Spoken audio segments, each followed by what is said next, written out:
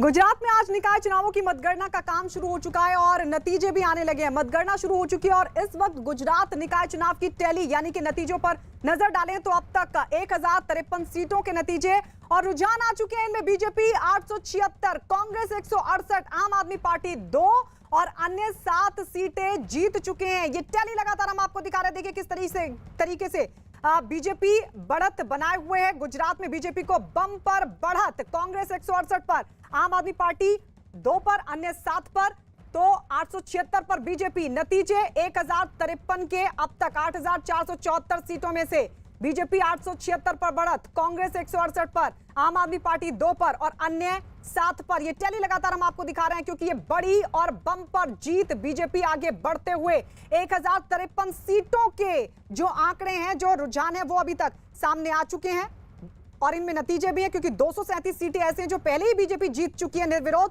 और इस सबके बीच जो रुझान सामने आ रहे हैं उसके मुताबिक अभी तक का जो आंकड़ा है वो बीजेपी के पक्ष में जाता हुआ दिख रहा है क्योंकि बीजेपी के पक्ष में 876 सीटों पर बढ़त, बीजेपी सबसे आगे चल रही है।